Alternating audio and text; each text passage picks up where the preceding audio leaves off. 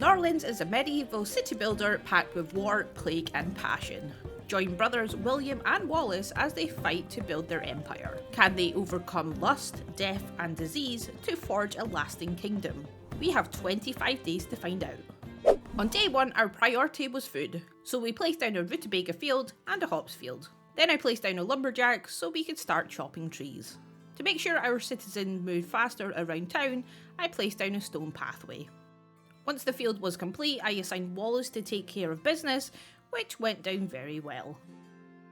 William was then assigned the lumberjacks. With more fist waving, I moved the dormitory closer to the rutabaga field for easy access and placed a delightful path to the main road. How quaint. I then placed a second dormitory where the first one was because, well, that's just logic, and continued our lovely path. Later that night, we had our first guest, the trader, accompanied by some dude, I won't attempt to pronounce his name, and some questionable people. I welcomed the trader in and bought 2 books, and called it a night. The next day I noticed some people sleeping outside with this woman who seemed to be having an epileptic fit. I swiftly ignored the situation and continued to build a brewery and a library. With the library being built, William and Wallace grovelled on who should meet the neighbours. Dunfermline was not the closest of cities, so it made absolute no sense for Wallace to travel there. And yet, he did.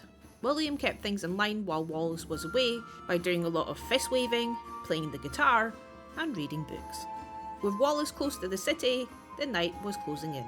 Wallace had finally escaped Dunfermline. Back in the kingdom, we had a peasant problem, and due to the lack of alcohol, they were tired, so I built them a tavern.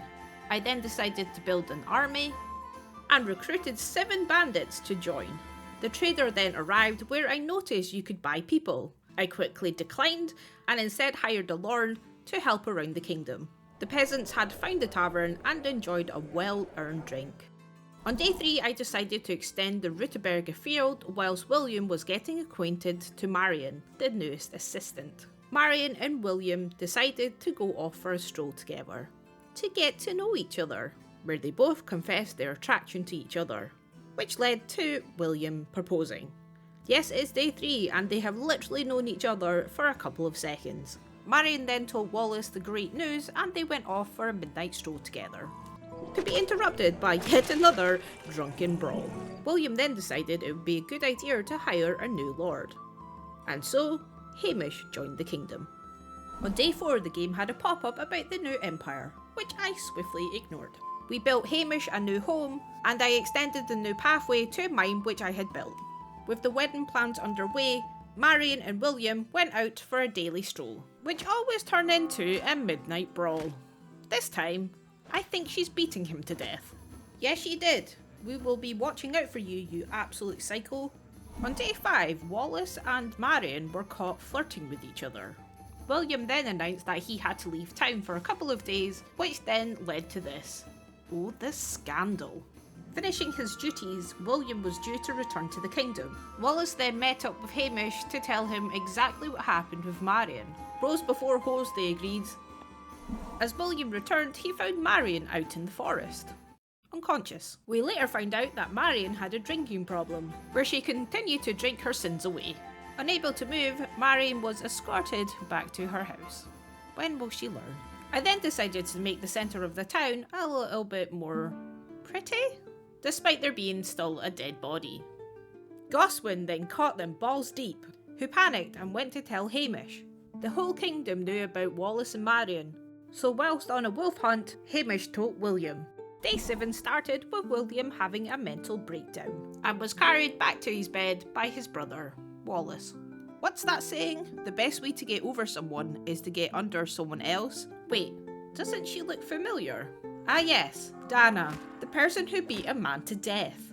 Once William paid for her services, he then went to see Marion, to forgive her for sleeping with his brother, and to say the engagement was definitely off. Back in the town square, another dead body was found. And look who it is. Dana.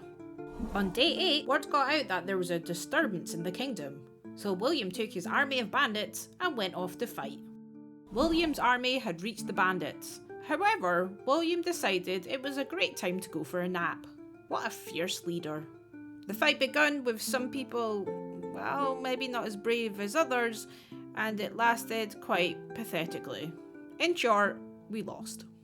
Hamish received news of the terrible defeat, so Wallace formed a small army to retrieve his brother. Despite being a lover and not a fighter, Wallace won the battle. On day 10, Hamish and whoever that is spent time in bed.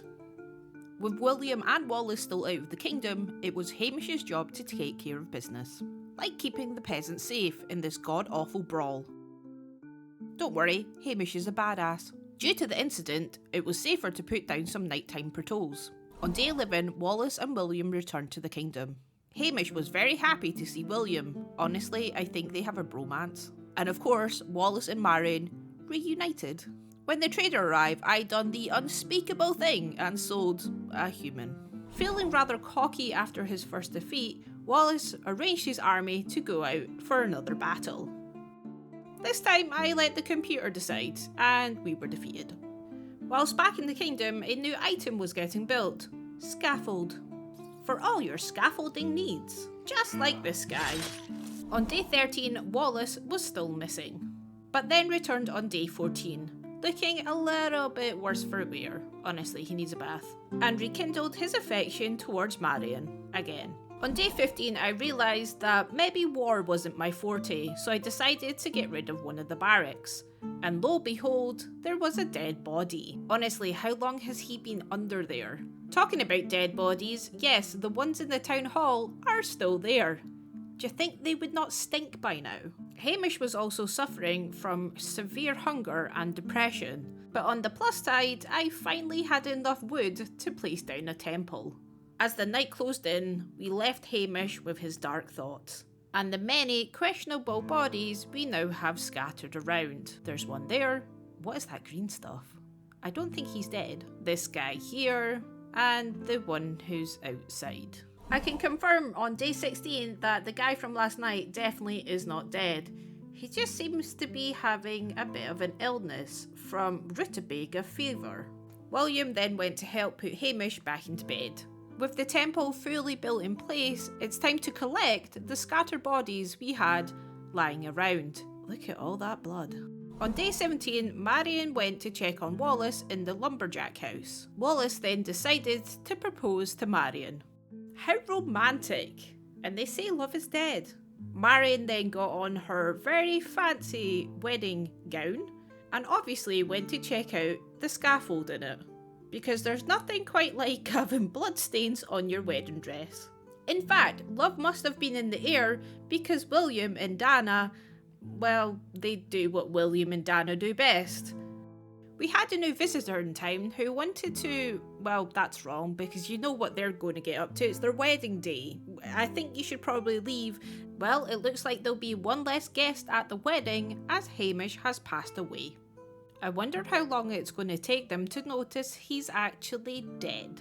With the wedding ceremony starting, all the guests begin to arrive in the temple, including Hamish. That's right, buddy. You can come to the wedding despite being, well, dead.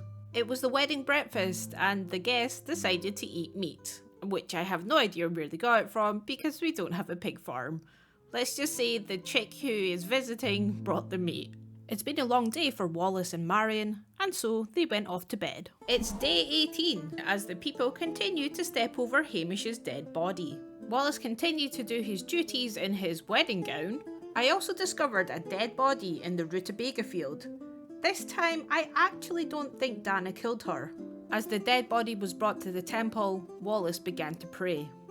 As the night closed in, everyone was fast asleep, including that guy who still looks really, really gross. And in the morning of day 19, he had passed away. Honestly, I feel like that house just needs really disinfected. The funeral then took place to mourn the loss of many, many dead people. And yet another dead body was found. William then spent the night checking all the rogue characters, making sure that they didn't have alarming traits. And if they did, well, it was off to the chopping block. After taking note of all the executions he had performed, it was off to bed for William. But on day 21, one of them got away. So it was back to the chopping block. With so much blood in the kingdom, I decided it was time to make it look a little bit fancy by adding a pathway and some trees.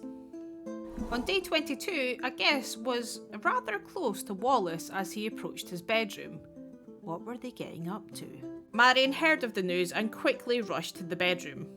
Ilga's intention was to spend time with William and not Wallace. After defeating the wolf, William started to malfunction? William continued to follow Ilga in his desperate attempts to seduce her. Finally, after many attempts, Ilga decided to give William a chance. It was nice for William not to have to pay for this particular activity. And of course, Wallace and Marion was at it as well. Although Marion doesn't look so good. With plenty alarming green gunk, it was clear that Marion was sick. On day 23, Wallace had to carry Marion back to bed. The next day, William visited Marion, who was still very much sick. Will Marion survive the night? Let me know in the comments.